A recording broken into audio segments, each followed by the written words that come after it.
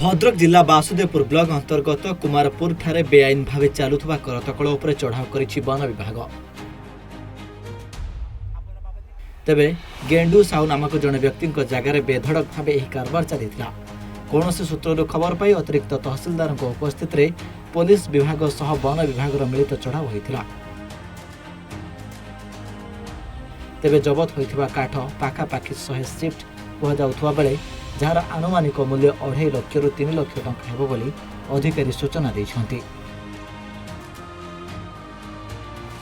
कुमारपुर ठारे गोटे बेआईन करतकल चलुला ए खबर पाई आमर वन विभाग गोटे टीम जो थी कि आम मजिस्ट्रेट थे additional tehsildar Basudevpur assistant conservator forest Bhadrak wild life division Sumit Mahadisha और पित number Nayak range officer Bhadrak और बासुदेवपुर रेंजर समस्त कर्मचारी मान सहित पुलिस फोर्स मिलित भाव गोटे रेड कर रेड्रे पाखापाखि 100 सेफ्टी आनुमानिक 100 सेफ्टी काठ सहित गोटे बेंच हुईल सौ ब्लेड इत्यादि जबत कर नहीं जो लैंड रे बेआईन करतकलटी गढ़ी सेटा गेंडू साहू बोली जन व्यक्ति ना से जगह अच्छी जहाँ एगेन्स्ट गोटे केस रुजु कर।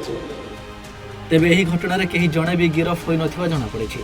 तेबे एही करतकलटी केते दिनरु चलीथिला एवं एथिरे आउ केउ माने संपृक्त अछंती ताहार मध्य तदंत चलिछि।